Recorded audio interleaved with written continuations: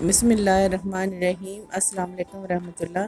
मेरे channel my style easy cooking पर खुशामदीद। उम्मीद है आप सब खैरियत से होंगे। आज हम बनाएंगे शामी कबाब। हम बीफ कीमा से बनाएंगे, बहुत आसान तरीके से बनाएंगे। शामी कबाब हर घर में बहुत पसंद किए जाते हैं। कोई भी दावत या पार्टी इन कबाबों के बिना अधूरी है। तो आइए बनाते हैं आसान और पसंदीदा कबाब। अगर आपको ये वीडियो अच्छी लगे तो वीडियो को लाइक करें और चैनल को सब्सक्राइब करें। आइए शुरू करते हैं।